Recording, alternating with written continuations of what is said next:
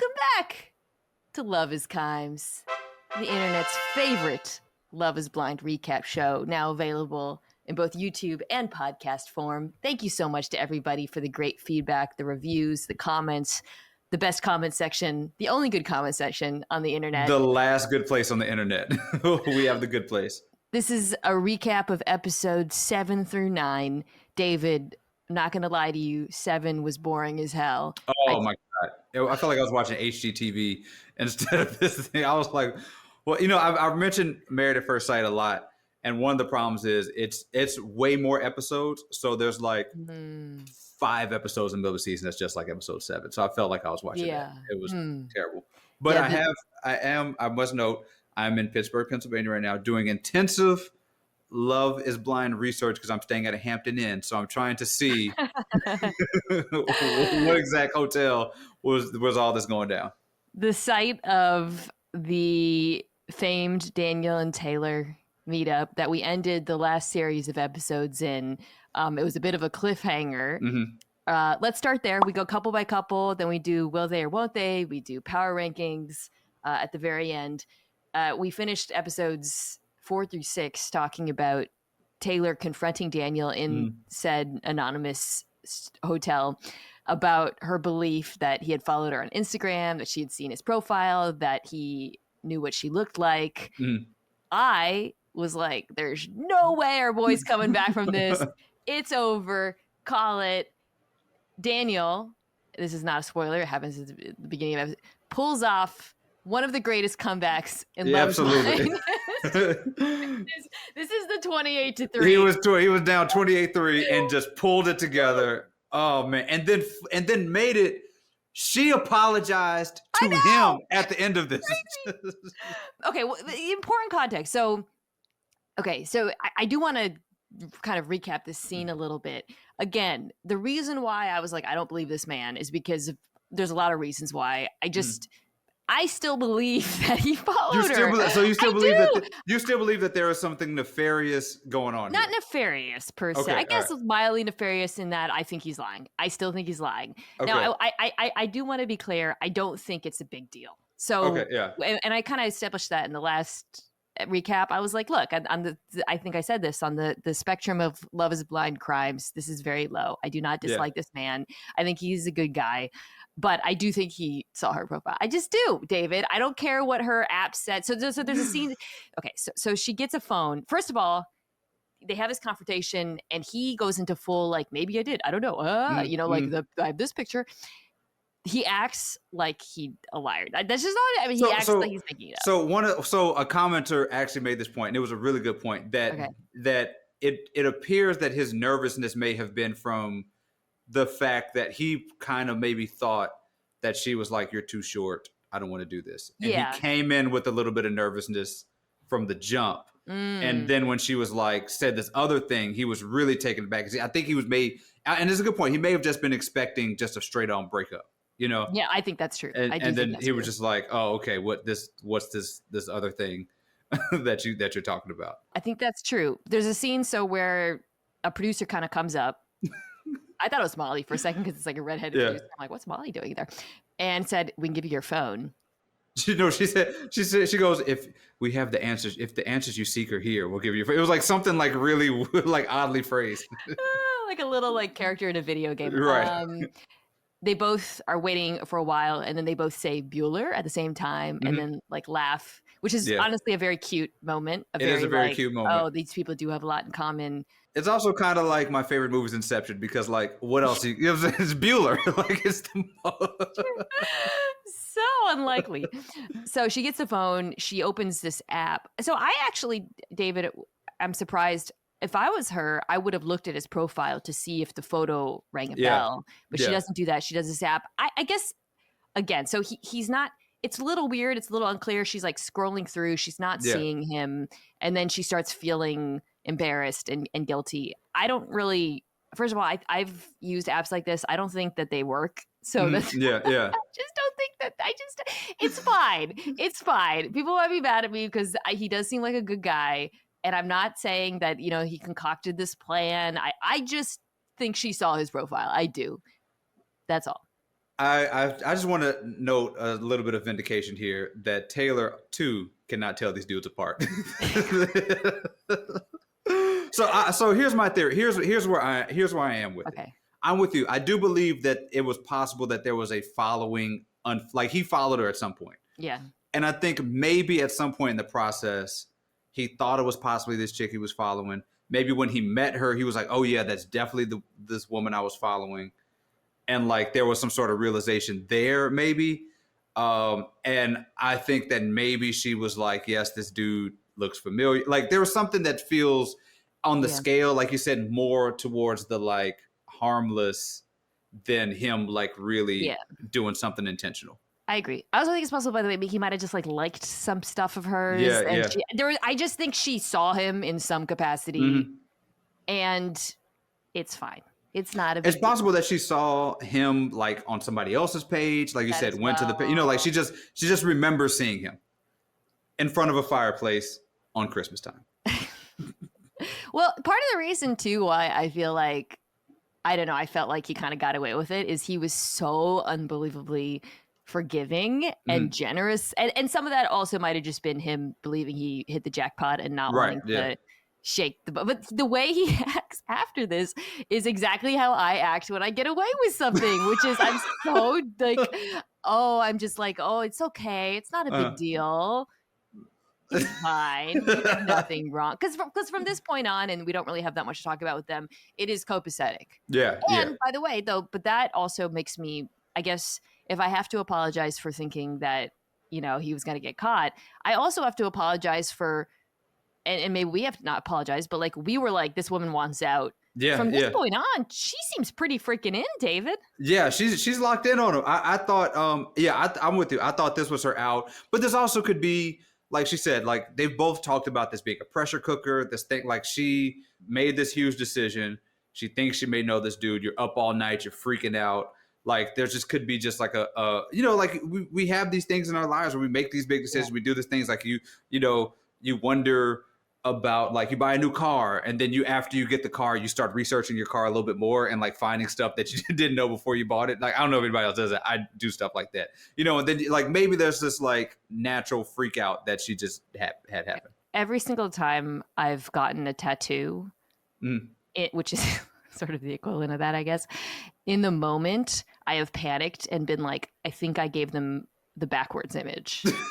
I have a Korean flag, I have Roman numerals, I have these cranes, the flag in particular, because there's 4 markings on the flag, and I was literally had a panic attack like 5 minutes in once they started laying down the ink, where I was like, I gave it to them backwards. I would have a backwards Korean flag for the rest of my life. And I just think your analysis is correct. Or you could get a tattoo that's of somebody that is spending 2 weeks with your partner. The same thing. Shout out to people who watch The Ultimatum. I mean, oh my gosh, Ultimatum people. There's a guy who got an identical tattoo to his competitor and then pretended like he didn't do it on purpose. Okay, look it up. It's freaking crazy.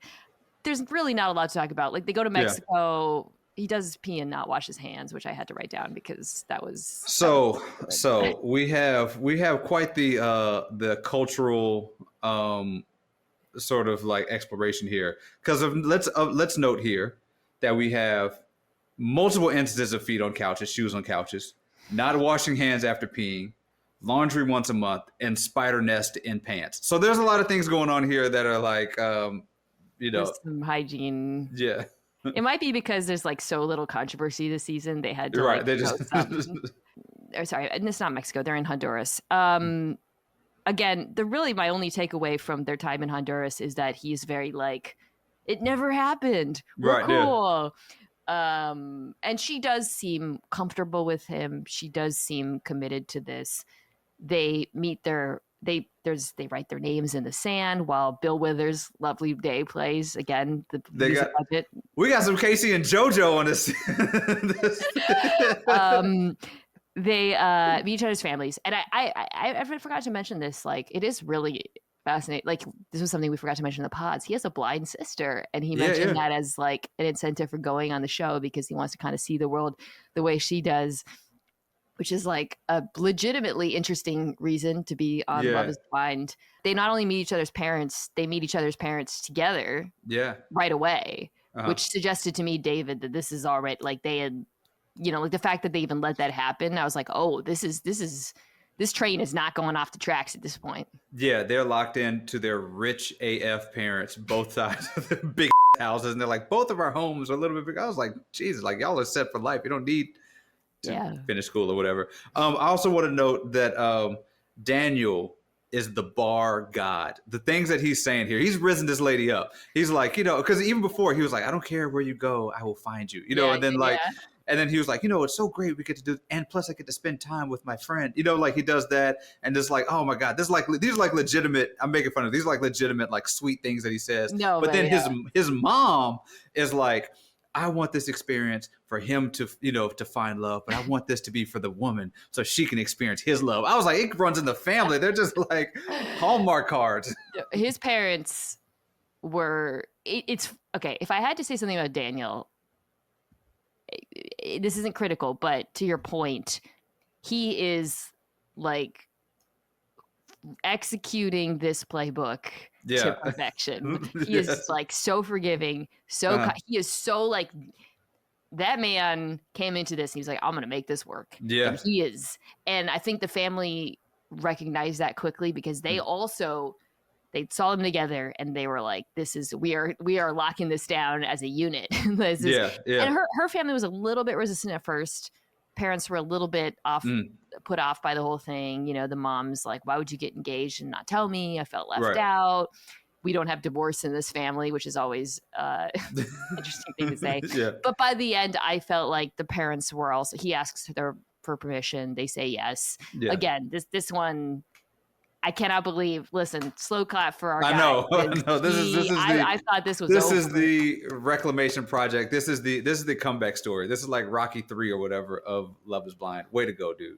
I'm happy for him. Yeah, I agree. I think he legitimately is head over heels for this person, and is really and this is the rare.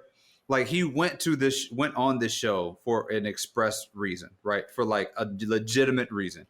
I want to not see the person, have them not see me and judge me and not have to overcome this thing. And I want to just find love a genuine way.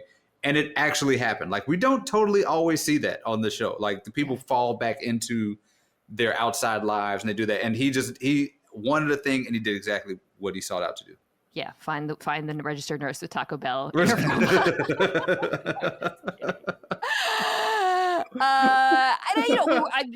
I talked about this a little bit. A commenter pointed this out. We were I was a little bit flip about when I put myself in her shoes and I talked about his looks. I feel like I was a little bit pat about that as well, and I regret that too because he seems like a good guy. Yeah, he's a good dude. Yeah, I think we were kind of like talking about how she maybe seeing him and stuff like that. He's a cool dude. So the commenters are always cool folks. So. You guys, it was a good call out for me. Who's not a cool dude? Dave. I freaking hate Dave. Let's get into it. All right, we got past the like Daniel mea culpa. I if anything, I was too generous with Dave. Yeah. I freaking despise this man. Okay, so Dave and Lauren. So I didn't even hate him in Mexico when he was asking everybody if they were having sex. I guess we should start there. Lauren tells him she got Honduras. I'm sorry. Lauren tells him she got a bikini wax. Lady said no sex. She was bummed. So that makes me think like, oh, okay, they're gonna start. Okay. Yeah. Okay. All right. Yes. So I went on the watch back here, right? I was very interested in this moment, right? Because she says yes. Lauren says yes. I got a bikini wax. Says I can't have sex, and he's just kind of like, oh, okay.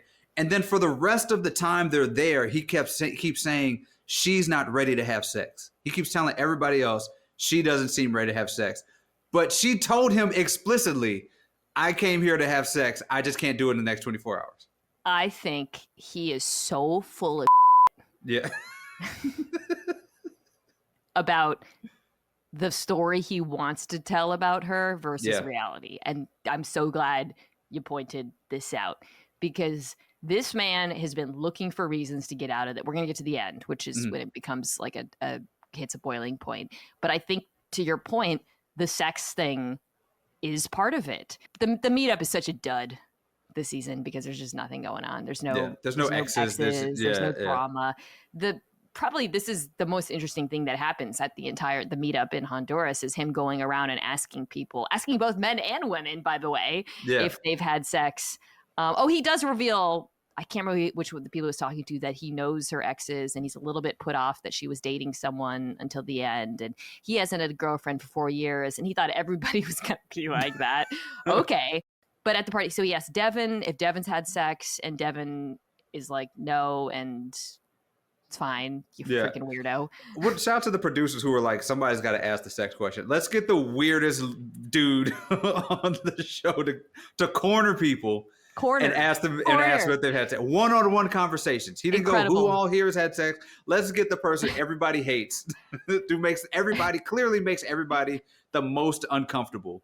And have him ask about their sex lives. You're so right, because usually there's like all the girls will be like sitting in a truck, will be like, so not the case here. It's just Dave walking around. Dave just lingering, just all up in their face, Drew Barrymore style, talking about it. Hey, you had sex yet? And then everybody being so disgusted by the question. It's a tough edit too, because I don't think Dave was actually walking around. And it was like the first thing he said. They just edited it to make it look. So Devin, who is normal, is like, no. He asks Virginia, who is also like, no. I don't know why they show him asking both of them. That's weird. He asks Monica, and she is like, pretty sex positive. We've hung out, which is very funny as a euphemism. So yes, they have. Also, clearly the most creeped out by the question. So he asked her, she was like, what? I know. She tried to her body language, and you can feel her trying to just minimize it a little bit. Taylor tells them no. So everybody's saying no except for Monica and Joey. He also tells Taylor that she pees every hour, which he complains about, which I don't believe.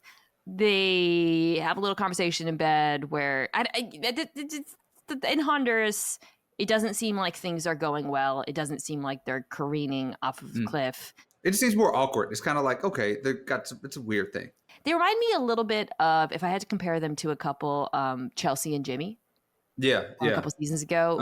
It's like, okay, there's something here. They're definitely not repulsed by each other. Right. But there's also, this doesn't feel right. They go home and he immediately starts talking about how they got their phone back, and he is like very troubled by the fact that everybody's talking about the relationship. Minneapolis is like a plot line in this how tiny this little town is. Yes, where everybody knows everybody apparently. But in this case, it's like actually true because they have people in common. And I think Minneapolis, more so than any other Love is Blind, everybody grew up there in a way that we don't see in a lot of places. Like DC was a lot of transplants. Even the Northwest one was a lot of, I think Minneapolis more than any is people who went to the same high school to get, all people who kind of grew up. So you're just going to have the same, that overlap in a way you don't have in a lot of places. Yeah, to the point where Virginia and Devin went to high school together. Right, yeah. Know each other. But that's a good point. We should just get right into the controversy here. Well, so the other thing I noticed, they go to each other's apartments. His apartment is very ugly. He has a bunch of One Direction shirts, which I was like, that's weird. But then I looked at his Instagram, and he's apparently a One Direction super fan. So there's that. Okay, all right. No judgment. Okay, so because he mentions this first in Honduras, the thing about her dating the friend, right? They're on the boat. They figured it out then. They figured it out, and when he says it, I don't think of it as going to be a plot point. I'm just like, okay, it's whatever, it'll be fine. It's coincidence, it's weird. And I think I did not expect, I don't know about you, I did not expect this to carry on past that first Honduras conversation. Neither did Lauren. She is so confused why this is a thing. So the first conversation, he says his friends hung out with a guy who dated her, and he was texting her, and he lives in their building. And she keeps saying to him, this was not a thing. We were hooking up, friends with benefits situation. He's kind of like, well, maybe he's exaggerating and trying to get on TV. I don't know. She's like, this is 100% the case. This is crazy. So she brings him to the cycling studio where she works part-time. And our boy is struggling, first of all. He looked like Luka Doncic at the end of a triple overtime game. I love too how he's like, oh, as a college baseball player, I just don't take direction well. Nah, my man, you don't do cardio. He was like, I'm too big for the I am 6'3". I've been on the bikes before. You are not too big for the bikes, my guy. They meet her friends. So she has this friends who are like a lesbian couple who are the teachers at the spin class. And again, the story comes up. And they're like, he brings, I forget who brings it up, but they're like, we're going to shut this down now. Yeah. They said, this guy, like, we've never hung out with him. If they were dating, this is our girl, we would have hung out. And by the way, he messaged one of us and asked, should I blow this wedding up? This guy wants to be on TV. This to me should have been like the smoking gun. Yeah. That this guy is not trustworthy. Yeah. Dave doesn't know the guy. He's hung out with him like once or twice. Yeah. But instead of believing these friends or his partner, he's like, I don't know. And Lauren is losing her damn mind at this point. Like I know this word gets thrown around a lot and probably irresponsibly, but she clearly feels gaslit by the situation. Yeah. Well, because Dave keeps going. This is what he does. This is his move the entire time. Lauren says something and he agrees with it, but then doubles back to what he. So he's like, she's like, it didn't happen. And he was like, yeah, I get it.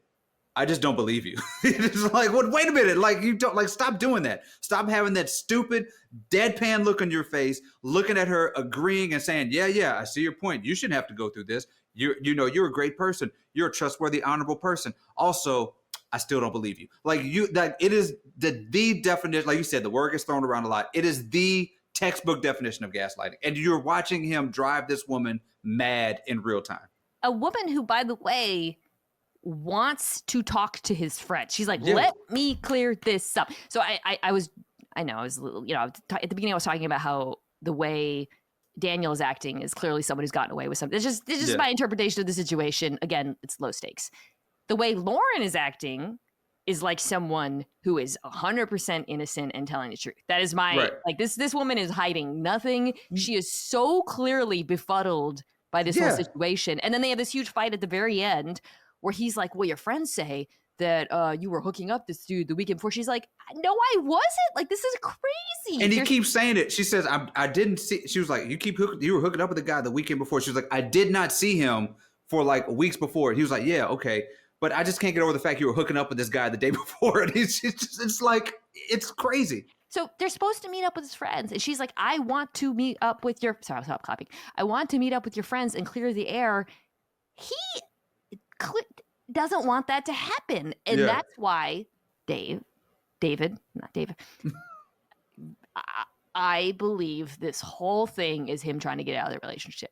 Yeah, I believe somebody may have mentioned it once, may have mentioned it and said, hey, I think I saw her with this guy a little bit before, and he has run with it. Because, like, there's no way, like, as small as they're saying Minneapolis, there's no way that his friends and his sister and all of these people, as soon as he got out the pods, his phone was just blowing up with people saying, I saw Lauren with this dude the day before the pod. And also, even if she was banging some dude before she goes in this pod, you decide to be engaged. Like, the point of Love is Blind is that time does not exist, right? You are engaged, getting engaged to somebody after like 10 days, right? Yes. So for her, like, an ex of like 2 weeks ago is a long time considering that you are getting engaged after 10 days. Like, that's like a year ago. And if she's just like, even if she just had sex with this dude the day before she got in the pods and there was nothing there, she just wanted to get some. Like, can somebody just get somebody to go hang out with somebody and get married? Like, what is so full of crap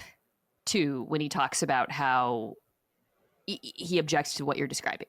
Yeah. First of all, nobody is pretending this was a real relationship. Right.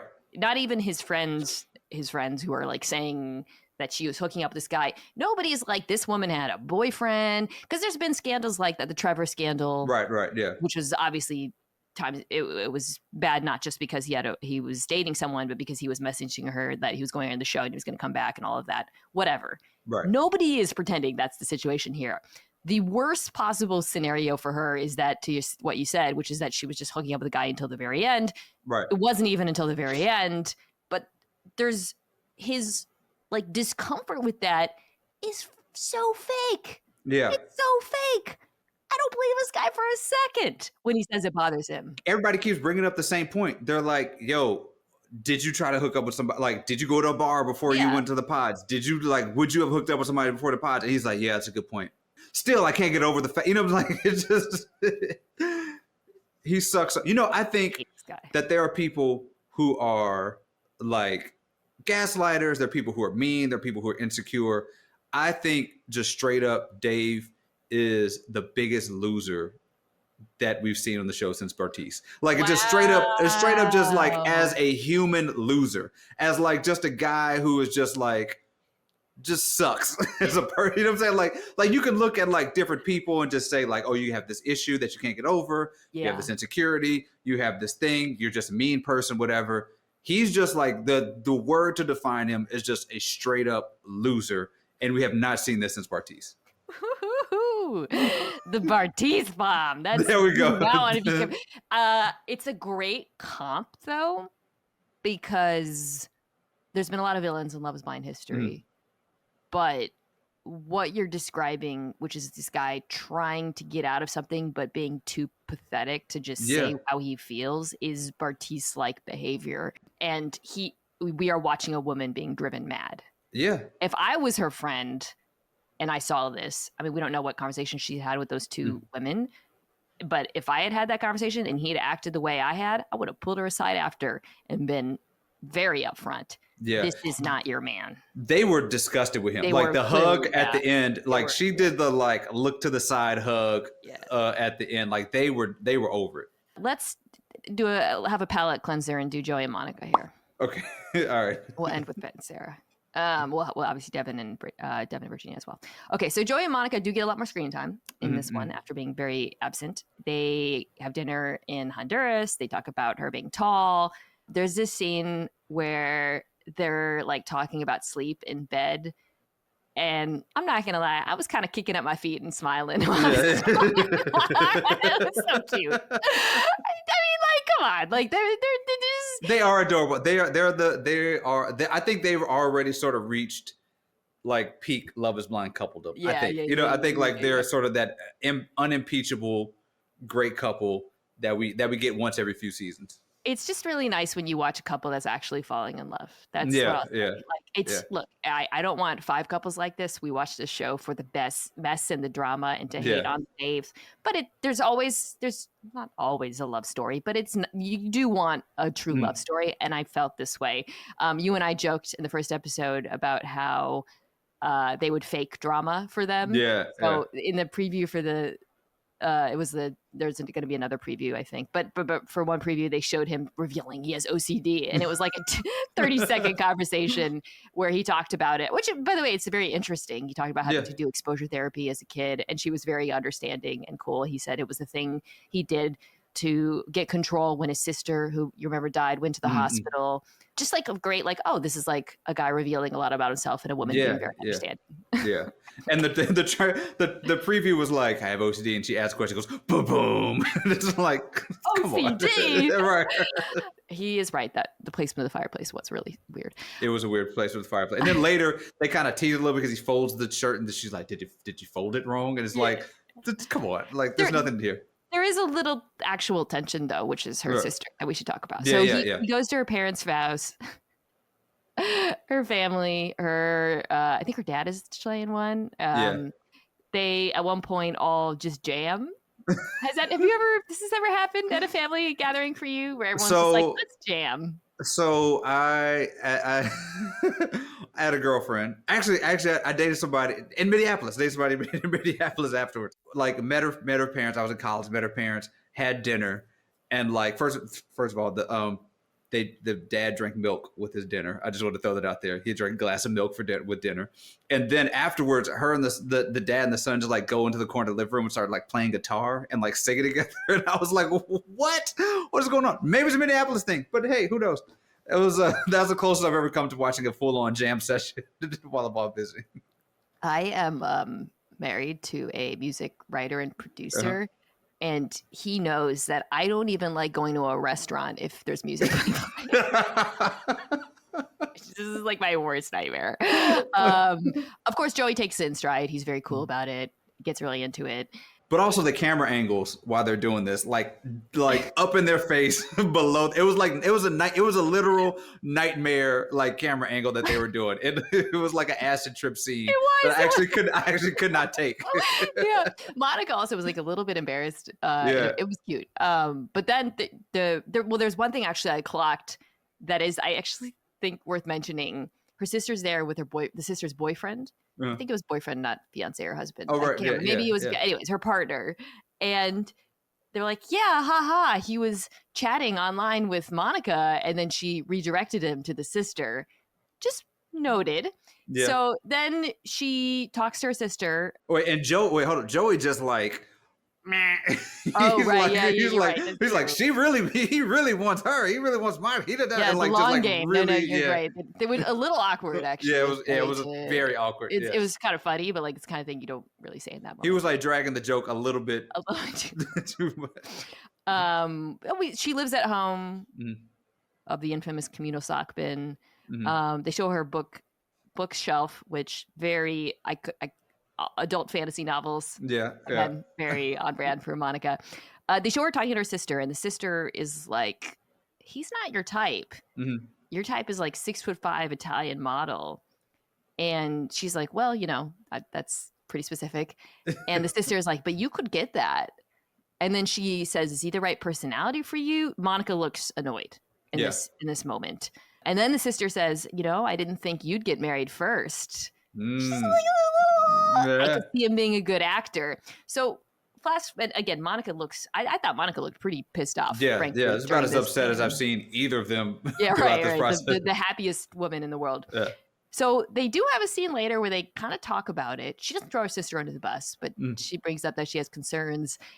And Joey brings up the idea. He's like, he says something that I was thinking, but I didn't think he would say, which is like, have you considered the possibility that your sister's jealous of you? Yeah. What was your take on that? I thought it was like, it sort of gave me a glimpse into like Joey a little bit. Like I think generally most people would maybe think that and just kind of like, I'm gonna put a pin in it. But he was like, no. He was like, nah, this woman. And she was like really receptive to it. Like that could go. Yes, I noticed wrong. That too. Yes. That could go like the wrong way. You didn't get upset with him for saying that. Yeah. I think Joey is very upfront and direct. Yeah. And I think sometimes lacks a filter. I think we're seeing that a little bit. I also think he's right. Yeah. That was my read on the situation. Yeah, especially because like I'm dating your like hand-me-down guy, and that seems like she may not get over that. Been over the fact that she's dating like the you like cast this dude over to me, and now you've got like this guy who is like this big chiseled Thor looking dude, and she's probably like, it sucks. She's probably a little jealous. I think it'll be fine. I think the sister will. I think this is going to be the extent of the conflict here. But I think you clocked the most important thing in all of this, which is that Monica didn't look upset when he said, like, usually when people bring up thing about someone's family, they get defensive. The fact that she wasn't defensive shows me, one, she is probably thought that herself or maybe kind of aware of it, but also she's all in on Joey. And I think so I don't see this as derailing them. They showed a little bit in the previews. There was like a cut of her saying, I feel like I'm more in this than you. Again, I don't think that's a deal breaker. There's nothing. They'll be fine. They're going to be fine. It's going to be okay. If this one doesn't work out, I will lose it. I think this would probably, we're getting like, I think this may be a Mount Rushmore couple when it's all said and done. I really do think so. Can we make a Mount Rushmore? Well, it's obviously Brett and Tiffany, Lauren and Cameron. Even though Lauren and Cameron, crisis actors, maybe. Brett, that is still my belief that they are crisis actors. They were a couple before the show, and they were being used to make us believe that this experiment will work. They're crisis actors. I mean, it's crazy that Kwame and Chelsea might be in the mix now. I know. Charlie said Steven in his sleep apnea machine. Actually, maybe Steven and that OnlyFans model that he is. There aren't that many Mount Rushmore couples. Right. I refuse to put Amber and Barnett up there. Oh, Okay. Oh, I guess Zach and Bliss, maybe they have a kid. I don't know. That was another 28-3 situation. Superstar, Twilight, Moonshine, whatever that baby's name is. I forgot what the name. Galileo. Almost an Aristotle. Virginia and Devin, not a lot of controversy here, but there is something that I thought was interesting. So there's not much in Honduras. I thought in Honduras, like, she was kind of coming on to him a little bit. I'm starting to like buy Virginia. I didn't not buy her being into him, but you and I, again, he clearly kind of hit the love is blind jackpot. But before we get to getting back home, Honduras, did you feel like she was really like? I thought she was really into him. I don't know. I thought she was really into him, except for, look, Devin, as a nerd who tried to play it off, you're into anime, dude. I saw Vegeta on your leg. Don't be like, don't be like, these are cartoons from when I was a kid. It's damn Super Saiyan Vegeta on your leg, buddy. You are watching Dragon Ball right now. You watching Kid Goku turn Super Saiyan 4 on Netflix this week, my guy. Like, don't play it off. She asked him about his Kobe sleeve, which God, don't even get me started. And actually, it's a good point, because if there is a theme and with their relationship, and this continues when they go back to Minneapolis, it's Devin not wanting to be perceived as younger and less financially and emotionally ready. And this is, again, it's not a big deal, but what you're describing is kind of like a small version of that. So they come back, because they do talk about like the age gap quite a bit, and the gap. And this is I think when you and I talked about this couple and their meetup, we felt like they actually did seem into each other. They both seem like good people. But there might be an issue when they come back and realize they're at different places in their lives. They come back and they talk about this. They talk about finances. They talk about his goals. They talk about her goals. This ultimately leads to a discussion about a prenup. Before we get to his family, which is kind of what I really want to get to, or I guess the core of this, what did you think of that discussion and sort of the general discrepancy between them? It's like, yeah, this is it. You know what I'm saying? Like, I think, but but to Virginia's like credit, she seems very patient, like very like, willing to sort of work through a lot of these things, because there are the things that, she goes, do you play video games? He's like, do you like that? And then like the different R&B, because what tripped me out was they were like, we both like R&B, and he was like, different kinds of R&B, and I'm like, is she like what does that mean? Is he like listen to Party Next Door? And she's like listen to Luther Vandross. Like, what are we talking about here? So they just seem like on different levels in a lot of different ways, and clearly the prenup is going to be part of this whole thing, but that financial stuff I think is going to be a huge deal, even though she is being really like more accommodating. Like it could go the other way. She's lovely. I feel like I know she talks slow without always being crazy. Listen, and you had a lot of backers. You had a lot of people who were with you on that. Okay, good, because I listen to podcasts at like 1.75, so like I cannot handle this level of slow talking. But she like, he mentions he's got some loans and medical bills for his surgeries, but I didn't get red flags from him. I think he's just kind of at a different point in his life. And she's like, like, I wouldn't mind paying off your debt.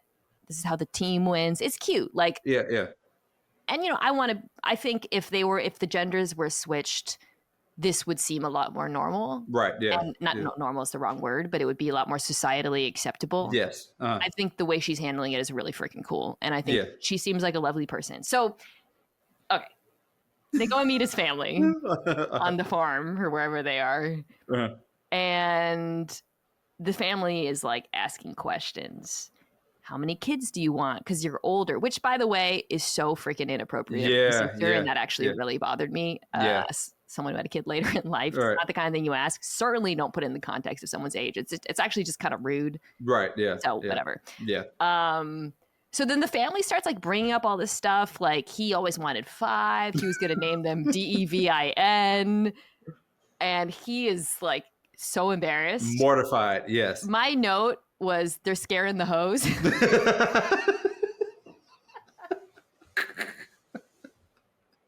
were scaring the hose.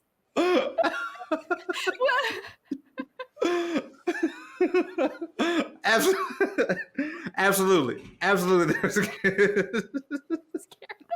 It's like the opposite, where Daniel's family was like, he's perfect. Right. Their family Yes. was like, well, did you know that he wanted to name a kid after Kobe?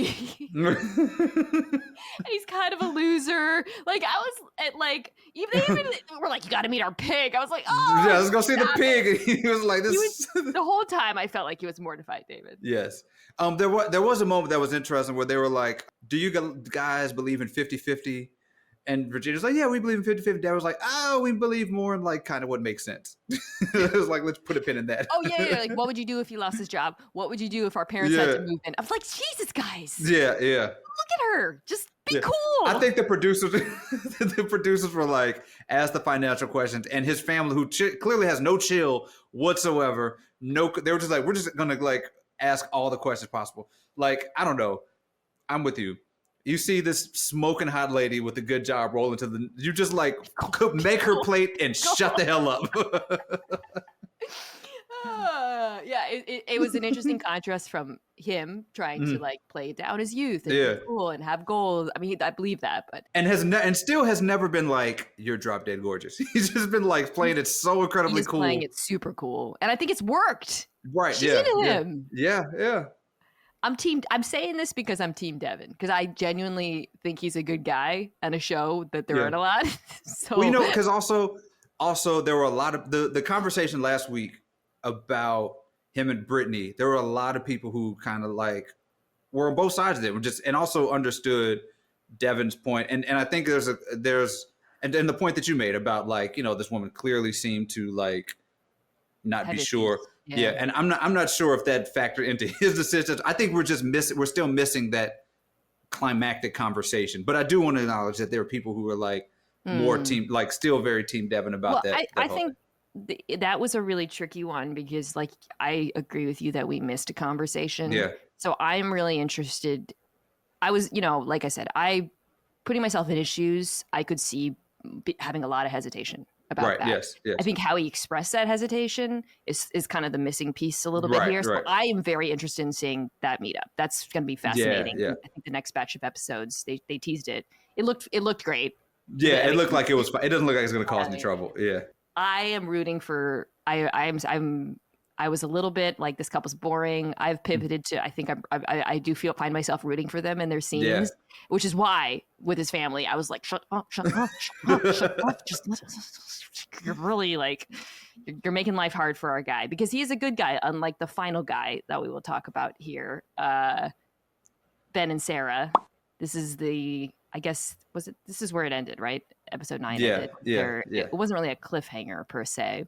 But there's no need for internet gossip, because the internet gossip section made it into the show. Mm-hmm. Yes. Not happened before. Yeah. Yes. Wish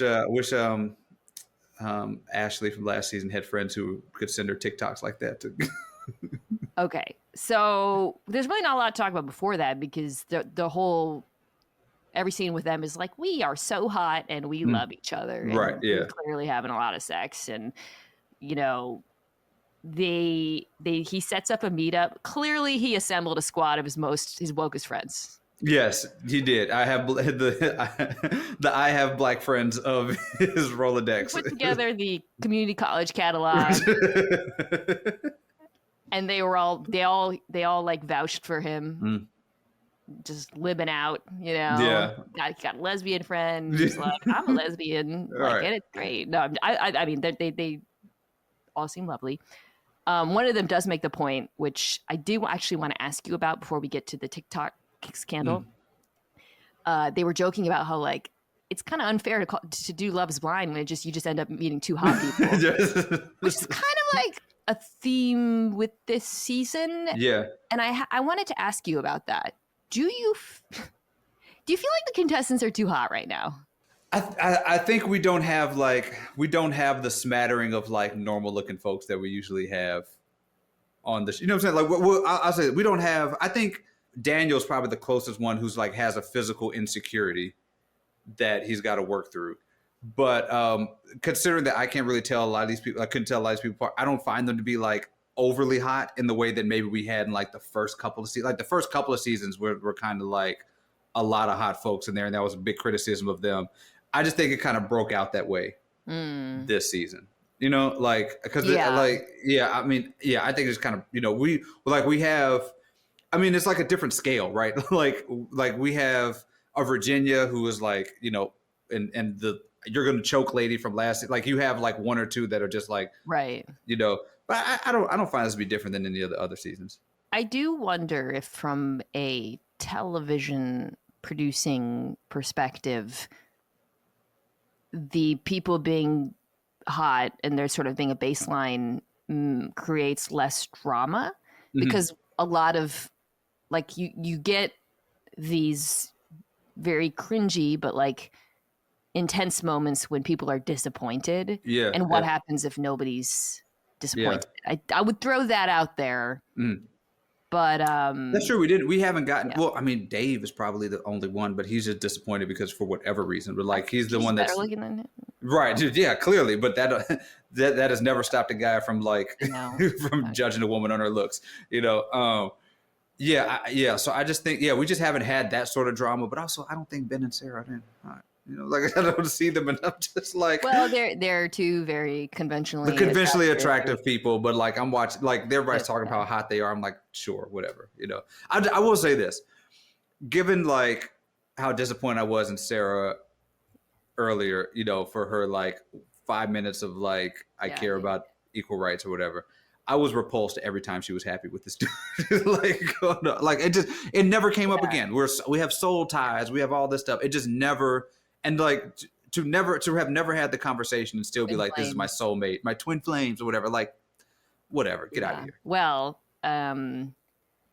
if Sara thought those are red flags, she's more popping up. Let's see if she continues blazing right through them. She sees a TikTok, so she gets her phone back. She's upset. And they don't really go into detail about what the TikTok says, but it has something that has obviously gone viral since then. A woman who's an influencer in Minnesota did a post about basically like those horrible people casted on Love is Blind. This guy was really to me. So she confronts him immediately. He knows what it's about because he's seen it going around, because everybody in Minnesota knows each other is the theme of this season. And he said, well, I haven't talked to her in 4 years. She's making up stuff, saying I manipulate her. We met on Tinder. We never hooked up. I don't remember. He's kind of like, I don't remember. And and then Sarah's like, I don't like that you don't remember this. Yeah. I think you do remember. And he says he ghosted her. He admits that they kissed. Sara keeps saying she's crying. Something here is not adding up. Sara keeps saying, I'm not going to dismiss what she said. Then she ultimately, it's very similar to the... and she dismisses what she said. Yeah, she says, if more comes out, I won't trust you. So you need to tell me everything. And that's how it's resolved. So yeah, it really is similar to the situation with regards to his political beliefs, which is she presents it as a problem. She challenges it. She says all the right things, and then she moves on. Right. As of now. Yes. Mina, where did this conversation take place? The sofas. I think this is another redone conversation. The way Sara acted, I'm not going to dismiss her. Oh, you're right. We talked about it last season. The couches were the tale of like a redone scene. When you look back at it, she's, oh my God. He's like, what? He's like, oh my God. And like, she like immediately upon getting this text, like, cause also when you look at the TikTok, so right. There's nothing that lets us know that there's no way to know that it's him. I don't know how she would have known that it's him just by looking at the TikTok. Right. And then, they kind of like get to and then it reshapes the whole thing. Cause if this is a redone conversation, right? They start the conversation with her being like, I'm so happy, da da da. And then they do this thing. Like, so it's almost like, it's almost like she is like, they are replaying this conversation because she's like, do you want to see it? He's like, oh yeah, it's probably about me. Like that had to have happened before. I don't know how you see the video, which we've seen the TikTok since, and it's vague about who it's about. We don't know. And so she gets this text and he's like, yeah, and then they have this thing. I think I'm 100% in belief that this happened sometime off camera. You're so right. And they're redoing it for that moment. Yeah, because the way she reacts to it is just, it makes no sense. Yeah. Because if I got that, I would ask a million questions. Yeah. She doesn't ask that many questions. And even when the way she brings it up, she's like, oh, it's like her holding her phone and being like, phone stuff. It's like, and you want to look at it, and you know what I'm saying? Like, he's like, yeah, it's about, and he was just so very much like immediately they're like, yeah, that's about me. Like, they're like, something else happened for her to understand that that's about him. And then for them to get to that point, that conversation, I don't feel any sort of genuine anything about that conversation, which is why she gets to this point where if there are any more red flags, right? Because there have not been any, and so she could just dismiss it and move forward. You're so right when she was like, "I don't want to dismiss this woman that's so like planned, like to like not sound like she's dismissing it." But yeah, really quickly, I do want to nod the video. Like the video doesn't really say much. It doesn't. It's really vague. Mm-hmm. It's just a woman who's very upset and saying he sucks. But I was hoping there'd be more detail. There's just not. It's just kind of that he sucks. Yeah, it is. Yes, there's not a lot of detail on it. However, this woman, I've scroll through her TikTok. She has a large following for like political stuff. Yes. She's talking about the current administration, all that stuff. So she does not strike me as the type to like. What was it? Chelsea and the guy that she would like. Do you remember there was like somebody who came out and had a TikTok about him, and it was proven to be like she just didn't have any followers, and it's proved to be like not true. No, I don't remember that. Okay. So it was really like a very easily dismissed thing. This one is somebody who was like legitimately trusted. Yeah. And it's kind of like if she says something is up, then like a lot of people are inclined to believe that that's up, even though we don't have details about what happened. Yeah, and maybe there will be more. I don't know. Yeah. The way this was edited and then they didn't show anything in the previews of it continuing leads me to believe it's going to be another Sara moving on and not. We'll see. But okay, well, that brings us to will they or won't they say I do? The question, did these papers travel with me to Pittsburgh? Yes, they did. Put them in my checked luggage. Somebody, I just got a comment that was like, I'll make you guys signs. And I was like, I kind of like our janky signs. All right. Also to the people, I have untangled my headphone wire. Oh, is that a thing? Oh my God, mine as well. It is the golden cup of our show is that people are paying attention to our headphone wires, and just for you guys. Incredible. They've been untangled. All right. So as always, we're going to go through every couple and say whether or not we think they're going to say I do or not. A lot of guesses last time, which was very unusual. Yeah. Let's start with Daniel and Taylor.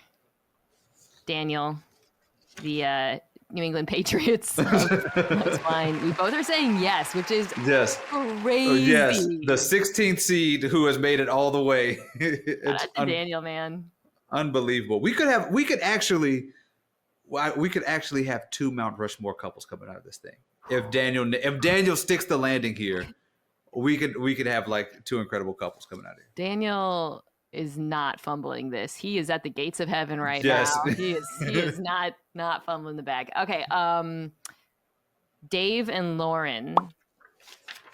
Freaking no way. And the worst part about it is I think it's going to be a no because he's going to say no at the altar. I think that's probably going to be the part of it that makes it suck the worst. I don't know if she's walking away from it, unfortunately. I am not super tapped in right now to Love is Blind Reddit and the sort of general vibe, but I assume everybody hates Dave. I think he's the most. I know that everybody hates Dave because like my mentions are like, David sucks. And I'm like, what did I do? And then I'm like, oh, they're talking about Love is Blind. David. Right. Okay. Joey and Monica, the rocket ship of the season. Absolutely. Sticking with the yeses. I'll be heartbroken. Monica and her sister, not so much. Ooh, imagine if Joey says no, that would be an all-time. Yeah. What's been the most surprising no? Oh, AD and Clay. AD and Clay is I would say also Giannina, and now it's not surprising that we know what his vibe is, but that redheaded dude who said no to Giannina, I didn't. She has a kid now. Damien. Yeah. And then went on to hook up with Francesca from Love, Too Hot to Handle. Okay, Virginia and Devin. Yeah. I think good, yeah. There's the preview puts the prenup on the table. he starts to like get worried about it, I think they'll be fine. He's fine with it. I think it's fine. Yeah. I think he is similar to Daniel, where he knows he won this show and he's not gonna screw it up. Okay, and then finally, I think this is the biggest question mark of all: Ben and Sara. Yes, Sara, you have no morals. You have nothing. You just have some leg shaking sex, and that's all you care about, and you're having a good time. I asked the chat if I could say D word Matties on an ESPN property. I think that's the case here. Okay. Does the D stand for Disney? The D stands for it's still very much a 2-tier power ranking. There's very clear upper 4, a very clear bottom 4. Honestly, I feel like you could really go in any order with these couples. I'm going to stick with Monica and Joey at top, just because at this point, it would be so shocking to me if it didn't work out. And then I'll go Virginia. Yeah. And Devin. Any issues? I mean, you could put these in either order. Yeah, I'm with it. I like those. Okay. Yeah. Yeah. Even though it's, I mean, Daniel pulling off this thing is like. I know. That's why Daniel, absolute riser, comes in at 5 with, well, actually, you know what? No, I'm going to stick with Taylor there because. Okay. I mean, she definitely takes a hit from being, I guess, wrong, even though I still don't think she was wrong. It's fine. Possibly wrong. So they're the middle class of this season. Okay. Now we're down to the final 4. This is tough. Okay, no, it's not that tough. Lauren comes in at 7. She is not having a good time. Yeah. But I think everybody is going to side with her watching this. Right? Yeah, I mean, she's going to come out of this as she has a deep D potential deep D arc here. Probably not, because I think you're right. I think he's going to say no, but I do think she's going to come out of this as a winner. Yeah, I would not. I think Lauren may be above Taylor because Taylor does have the possible snub of the thing. Lauren hasn't done anything really wrong. She may even be above Daniel, who may or may not have followed and have kept it a secret, but we don't know. All right. We're down to Sara, Ben, and Dave. So I'm going to put Sara here, even though I do not condone her decisions, as we have discussed. You can't put her below the actual offender. Yes. Or the guy who maybe drives you the craziest. Her joy every time she was with him just made me want to break out in hives. I hated it. Ben and Dave. I'm going to do it. I'm putting 10. Dave. I hate him so much. I think, you got to put Dave at the bottom. You got to absolutely put him at the bottom. Like one of the worst people I've seen on this show. He drives me crazy. I think also he is... I know it's funny because it's the same thing where I was like, I think people use the word gaslight. The word that I'm about to use now, I also think is overused, but he is triggering, like a legitimate, because when you watch him, it reminds you of everyone who made you feel crazy. Yes, absolutely. It's like every bad HR or meeting that you've ever had, because it's like he says he looks at you square in the face and says the things you want to hear, but then turns around and says the exact opposite. And also, he's just unlikable. He just seems like an unlikable dude. Like from the moment there was a reason when you go back. There was a reason the producers put all of those clips of him saying, "Hey, what's wrong with you?" Or there's a reason they put it in there, because they were like, "We hate this dude too.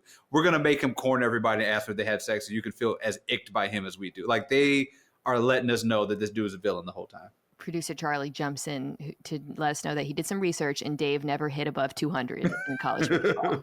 Unfortunately, Ben could rake. I did end up trying to find the Ben TikTok video. I ended up watching some Ben highlights, and he actually could play.